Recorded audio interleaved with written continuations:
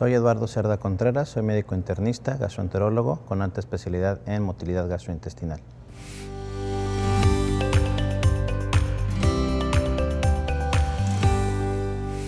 Pues el diagnóstico de la enfermedad celíaca requiere un par de criterios por lo menos. No es posible hacerlo con una sola prueba. Es una enfermedad compleja donde primero tenemos un paciente con síntomas sugerentes que nos hacen tener una sospecha clínica y a partir de aquí tenemos que primero pedir unos estudios en sangre que se llaman anticuerpos, diferentes sustancias que miden la reacción del propio sistema inmune contra algunas proteínas de las células. Entonces son anticuerpos específicos para esta enfermedad. Tenemos en general los tres más importantes se llaman antitransglutaminasa, antiendomicio y los más recientes que se llaman antigliadinas deaminadas o antipéptido deaminado.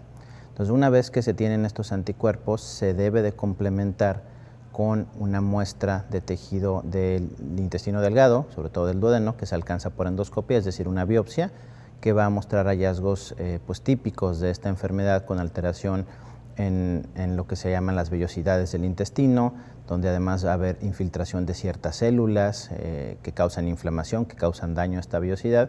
Y entonces, conjuntando un paciente con síntomas sugerentes, anticuerpos positivos y una biopsia con alteración, se hace el diagnóstico de enfermedad celíaca. De aquí podríamos tener algunas combinaciones. Hay pacientes que tienen los anticuerpos y los síntomas, pero la biopsia es completamente normal. No podemos completar el diagnóstico y en estos casos hablamos de una enfermedad celíaca potencial.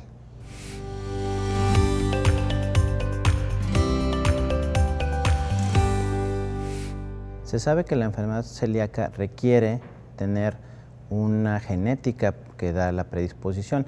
Esto significa que es obligatorio contar con alguno de los dos genes de susceptibilidad para que una persona pueda desarrollar la enfermedad. Estos son los genes HLA-DQ2 y DQ8 del complejo mayor de histocompatibilidad. Si una persona no porta ninguno de estos dos genes, es prácticamente imposible que tenga la enfermedad. Dicho esto, se sabe que el gen más común de estos dos en todo el mundo en general es el HLA-DQ2. Por ejemplo, en Europa este representa el 95% de los casos y solo el 5% de los casos restantes corresponde al DQ8. Sin embargo, en México, a partir de estudios que hemos realizado junto con el doctor Uscanga en el Instituto Nacional de Nutrición, encontramos que en esta parte del mundo parece, o más bien confirmamos que hay una mayor prevalencia del DQ8, casi mitad y mitad.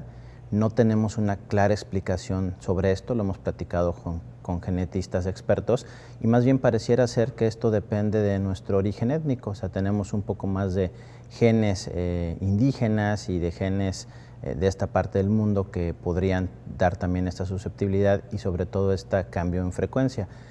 Se ha comparado con estudios en otras poblaciones en América y por ejemplo en Chile hay algunas poblaciones de indígenas preservadas genéticamente donde hay grupos que tienen enfermedad celíaca en forma importante y tienen este gen, el DQ8.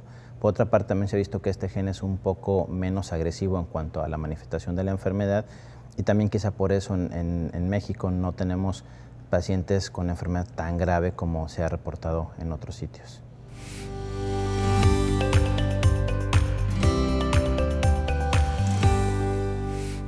Generalmente cuando uno tiene una serología negativa y una biopsia compatible, incluso con hallazgos importantes, pero no hemos demostrado los anticuerpos, no podemos establecer el diagnóstico de enfermedad celíaca y entonces es cuando se complementa la evaluación con una prueba genética.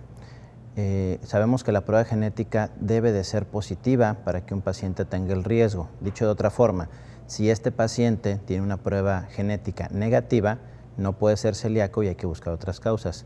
Pero si la tiene, esto no confirma la enfermedad porque solo nos habla de que tiene la predisposición, tiene el riesgo, pero no necesariamente tiene la enfermedad.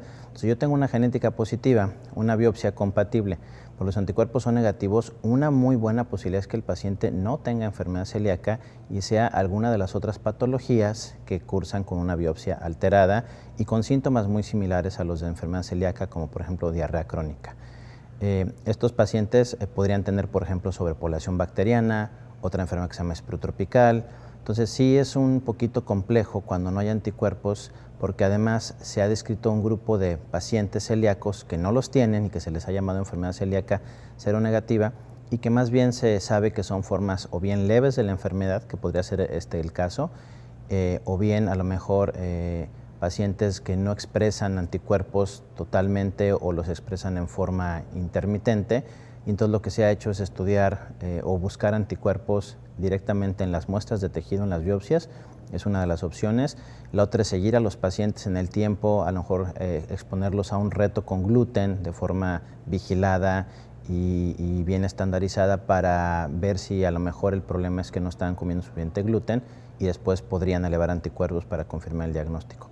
Pero en general son pacientes que no podríamos decidir en ese momento si su tratamiento es una dieta libre de gluten, porque hay que descartar otras posibilidades. Generalmente lo que hacemos es dar una prueba con antibióticos, pensando en las causas infecciosas. Si el paciente responde, a pesar de que sigue comiendo gluten, en cuanto a síntomas, en cuanto a biopsia, pues más bien podríamos decir que no era la enfermedad celíaca, pero sí nos cuestan un poquito de trabajo estos casos.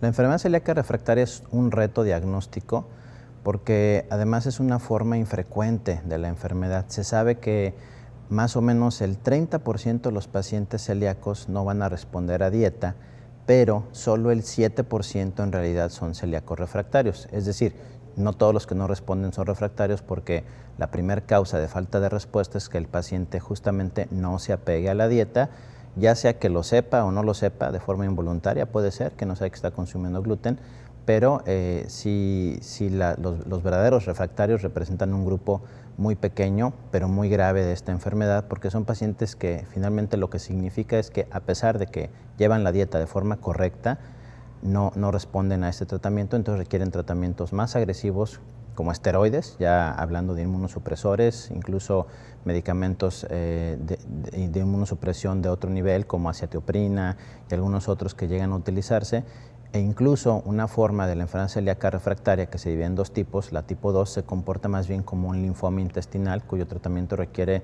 quimioterapia como tal. El primer paso siempre es asegurarse que el paciente realmente está llevando una dieta sin gluten. Esto es complicado, necesitamos apoyarnos de un especialista en nutrición que conozca del tema y que evalúe de forma detallada la dieta del paciente, buscando contaminación cruzada, buscando gluten oculto, buscando cualquier fuente que pensemos que está perpetuando la exposición al gluten. Además hay que descartar otras enfermedades porque no es común, más bien no es infrecuente que los pacientes con enfermedad celíaca cursen también con sobrepoblación bacteriana, con disbiosis, a lo mejor con insuficiencia pancreática secundaria, y podría esto dar los síntomas persistentes. Para decir que un paciente es refractario tendríamos que encontrar persistencia de síntomas, asegurarnos de que está llevando la dieta al 100%, pero lo más importante es persistencia de anticuerpos positivos y obviamente de la lesión intestinal, lo que significa que no están respondiendo. Un paciente que tiene síntomas, que lleva al 100% la dieta, que tiene a lo mejor cierto grado de lesión intestinal, pero los anticuerpos están negativos, más bien nos hace pensar en un diagnóstico diferencial.